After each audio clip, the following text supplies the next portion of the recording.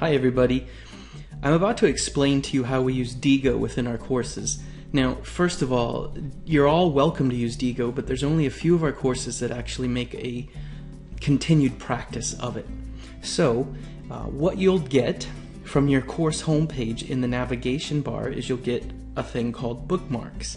And if you click on bookmarks, it will take you to your course Diigo page. Now, Diigo is a social bookmarking place. Social bookmarking means that your entire class can research, preferably in NetVibes and other places, find relevant articles according to the topics they're studying or researching, bookmark them.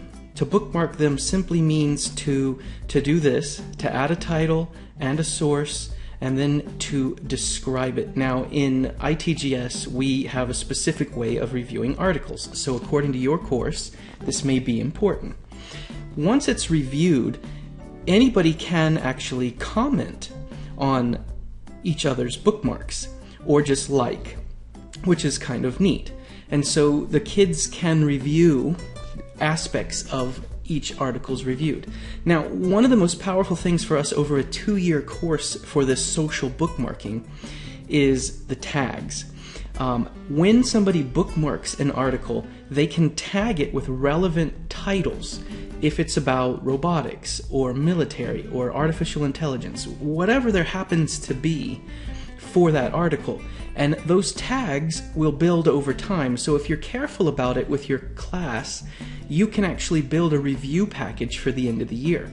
So that if you then at the end of the year or the second year go back and say, okay, let's review artificial intelligence, they could theoretically go click on artificial intelligence and the 25 students will have collected articles that they would have reviewed for each other, hopefully finding only the best 4 or 5. And that's actually a practice that we do, as we say, okay, go back and look through this tag, find the 4 best articles that reflect this topic, and then let's look at them and discuss how you might use them on your exams. So that's social bookmarking. The actual use of Diigo is pretty simple. Once you've found an article, you simply click bookmark, and then you just copy in the URL and title it and add tags. After that, you can then add a explanation of how it all works, which is pretty great, and then comment. It's very simple. You can choose to RSS feed these, and so if you have a blog set in NetVibes like we've already gone over previously, you can actually take your ITGS section and RSS feed it into your blog so that you can see right there, without going outside into another website, anytime somebody adds. And so all you would do for that is to click the RSS feed and then at the top copy it and then add it as a widget in your NetVibes page, as you saw in a similar video from NetVibes. Now, what I have here is the generic course overview, and it gives you information about members, it gives you information about who owns it, and you can do a variety of things here. But what you're going to want to pay attention to is the teacher console.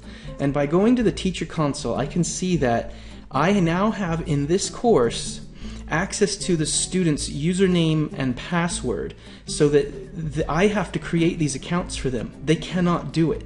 Do not worry about these emails, they're irrelevant. But to create all of these, you would simply have to go to add members. So at first there will be nobody in here.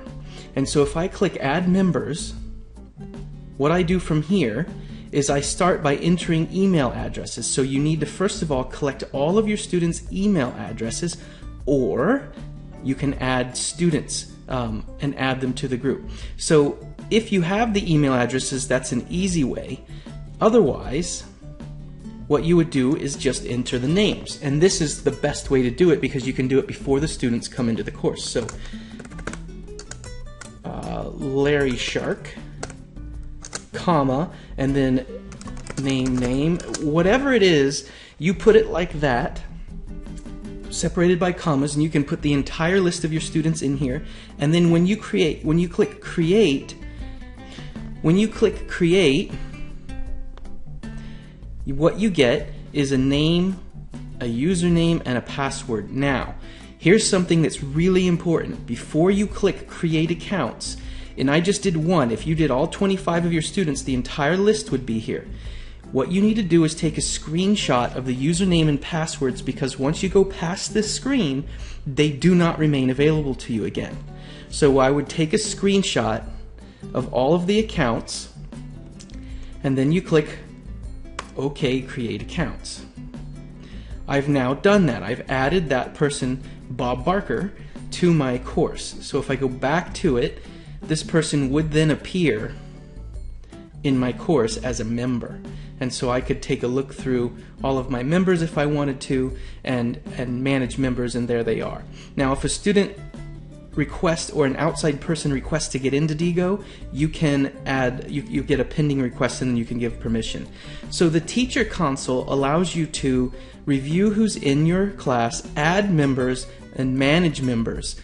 You can create a group for your class where you can have group projects where you put 4 or 5 people on a topic. This is wonderful, for example, in ITGS for the case study, to collect articles on a certain aspect of the case study or a certain paper. So you can use these how you like. And then for manage members, it simply gives you an idea of when they have or have not subscribed and when they joined, and it also tells you their bookmarks and the topics created. And so you can see that this is at the beginning of 2 years ago, and a lot of these students have left the course or have transferred. You can look at the moderators, which is me. You have pending membership and other aspects like that. So if I go back to the course, one other thing I need to show you is how you get to this again. And what I did was, from the course homepage, if I just click bookmarks, it would take me directly to this right here, and I can do everything I need. Now, there's a lot of tutorials on Diigo itself that show you how to do all of this, and I've included a few links next to this screencast so that you know how to do that. What you'll originally need to do is this. From the main page for Diigo, if I sign out and I go to Diigo Home, what you'll do from here is simply go to Get Started Now. And so if you click Get Started, it's going to ask you to sign up. You actually have to sign up for your own account first. So do all the process, and then later, once you've already signed in, you're going to want to do, over on the right side, this free education edition upgrade. You want to do this because it gives you the teacher console that I showed you earlier, allowing you to invite students, create groups, and manage your members.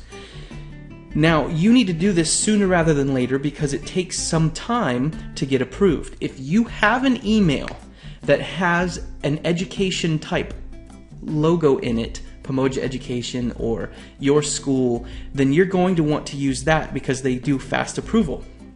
So please feel free to sign up, look through what it gives you to have a school or a teacher upgrade account, what it does, and then sign up for the teacher account so that you can have the teacher console. Now, also on this page are all kinds of things about what you can do with Diigo. And we'll have forums later as a group where we talk about the important or neat ideas that we can do, such as review and how to collect and collate the best research, so that at the end of the year or the second year, the students have a collection of good information that's relevant and highly powerful for what they have to review, instead of just a loose collection of whatever they clicked on. So using Diigo is powerful, and it does allow for some pretty interesting features. Thank you.